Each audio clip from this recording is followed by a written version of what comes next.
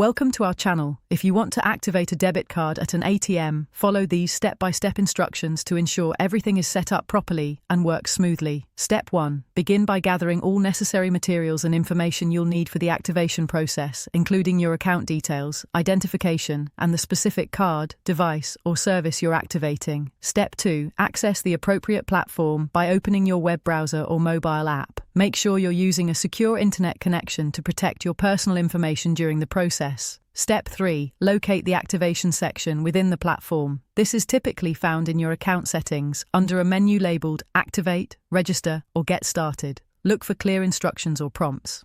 Step 4. Enter all required information accurately, including card numbers, serial codes, or account credentials. Double-check each entry to avoid errors that could delay activation. Step 5. Follow any verification steps that appear on screen. This may include receiving a confirmation code via text message or email, which you'll need to enter to proceed with activation. Step 6. Review all terms and conditions carefully before accepting. Make sure you understand any fees, limitations, or usage policies that apply to your activation. Step 7. Complete the activation by clicking the Final Confirmation button. You should receive an on-screen message indicating successful activation, along with a